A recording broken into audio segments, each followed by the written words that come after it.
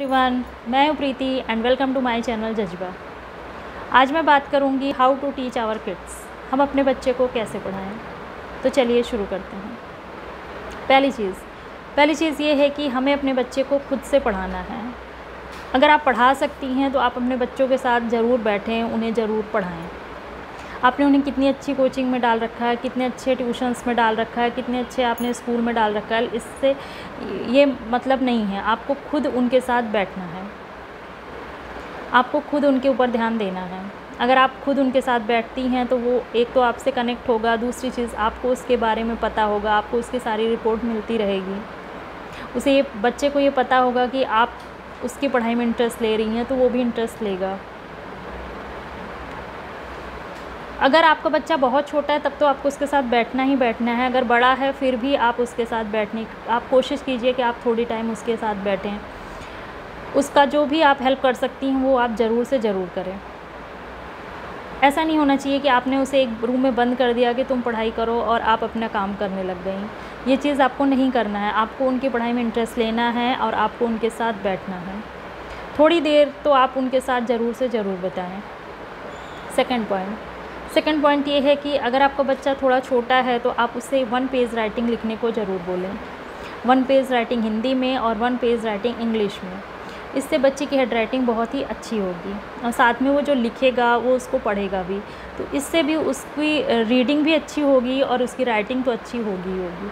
इसलिए आप अपने बच्चे को डेली 1 पेज हिंदी में और 1 पेज इंग्लिश में राइटिंग ज़रूर लिखवाएँ। नेक्स्ट पॉइंट ये है कि आप अपने बच्चे को डेली सारे सब्जेक्ट पढ़ाएं। अगर आप खुद से पढ़ाती हैं तो आप उससे डेली थोड़ा थोड़ा सब्जेक्ट पढ़ाएंगी तो इससे बच्चा काफ़ी कुछ कवर कर लेगा जब तक उसका एग्ज़ाम आएगा। थोड़ा सा हिंदी पढ़ा दिया, थोड़ी सी इंग्लिश पढ़ा दिया, थोड़ा सा मैथ्स पढ़ा दिया, या किसी दिन आपने SST ले लिया मैथ्स की जगह पे। जितना मतलब आप उसका जितना भी टाइम ड्यूरेशन है, जितनी देर वो पढ़ाई करने वाला है, 1 आवर 2 आवर, तो उस बीच में आप सारे सब्जेक्ट को थोड़ा थोड़ा पढ़ाएँ। इससे उसका थोड़ा थोड़ा सब कुछ प्रिपेयर होता जाएगा। एग्ज़ाम आते आते आप भी टेंशन फ्री हो जाएंगी क्योंकि उसने ऑलरेडी सब कुछ रीड कर रखा है, सब कुछ लर्न कर रखा है और वो कई बार रिवीज़न भी कर चुका होगा। इसलिए आप एग्ज़ाम के टाइम उसके ऊपर बहुत ज़्यादा प्रेशर ना पड़े, आप ज़्यादा टेंशन में ना आएँ, इसलिए आप उसको डेली थोड़ा थोड़ा सब्जेक्ट पढ़ाएँ। ये नहीं होना चाहिए कि एग्ज़ाम आएगा तब हम पढ़ लेंगे, अभी तो एग्ज़ाम हमारे बहुत दूर हैं। ऐसा नहीं होना चाहिए। एग्ज़ाम बहुत दिन है लेकिन अगर थोड़ा थोड़ा डेली पढ़ेगा तो उसका काफ़ी कुछ कवर होता जाएगा। किसी एक दिन बैठ के ज़्यादा पढ़ने से कोई चीज़ हमें ज़्यादा नहीं आ सकती है। ये चीज़ आपको उसे बताना है और आपको उसकी हेल्प करनी है धीरे धीरे हर चैप्टर को लर्न करने में। नेक्स्ट पॉइंट ये है कि आप थोड़ा सा लर्न करने में भी उनका हेल्प कीजिए। जब बच्चा थोड़ा बड़ा होता है तो उनके आंसर्स भी थोड़े से लॉन्ग हो जाते हैं, तो जब आंसर लॉन्ग हो जाते हैं तो उन्हें लर्न करने में भी प्रॉब्लम होती है। अगर बच्चे ने अच्छे से चैप्टर को रीड किया है, आपने अच्छे से उसे एक्सप्लेन किया है, वो उसको लर्न भी कर लेगा। अगर नहीं लर्न कर पा रहा है तो आप उसको डिवाइड कर दीजिए उस आंसर को कि थोड़ा सा आज पढ़ लो, थोड़ा सा कल पढ़ लेना। अगर थोड़ा थोड़ा 2 लाइन या 3 लाइन या 4 लाइन जितना भी वो पढ़ सकता है, जितना भी वो लर्न कर सकता है, उतना उसको आप दीजिए कि आप आज इतना कर लो, कल इतना कर लेना। इस तरीके से उसका वो लर्न हो जाएगा। और जो उसने एक दिन पहले पढ़ा है उस चीज़ को वो प्रेजेंट डे फिर से पढ़े। मीन्स पहले का पढ़ा हुआ उसे रिवीज़न करना है और आज का उसको आगे थोड़ा सा पढ़ना है। इस तरीके से पीछे का उसका रिवाइज़ होगा और आगे का वो थोड़ा थोड़ा तैयार करता जाएगा। नेक्स्ट पॉइंट ये है कि आपको अपने बच्चे का एक रूटीन सेट करना होगा। आपको उसके पढ़ने का टाइम, उसके खेलने का टाइम, उसके टीवी देखने का टाइम, हर टाइम को आपको फिक्स करना होगा।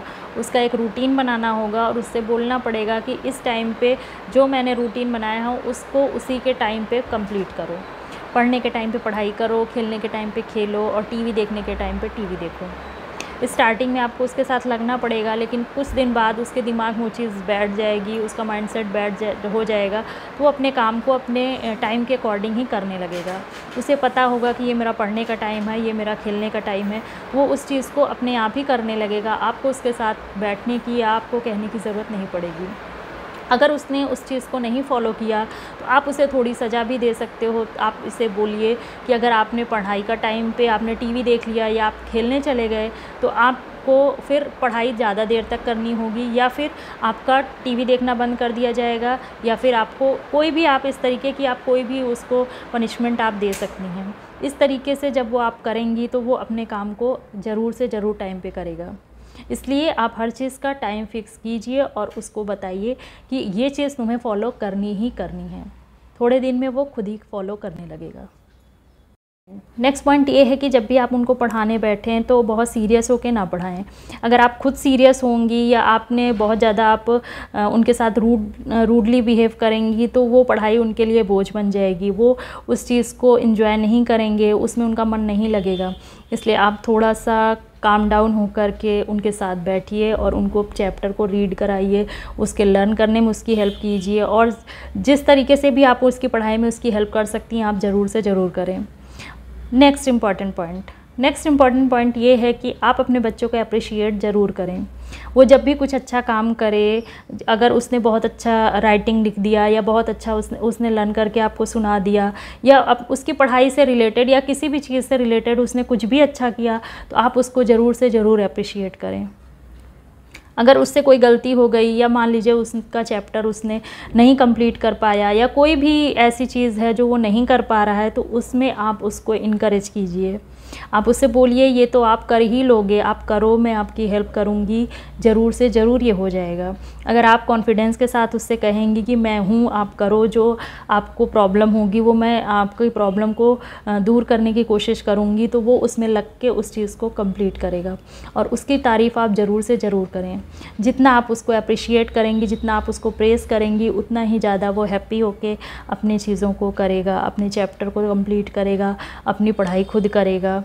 इस तरीके से अपने बच्चे को पढ़ा सकती हैं।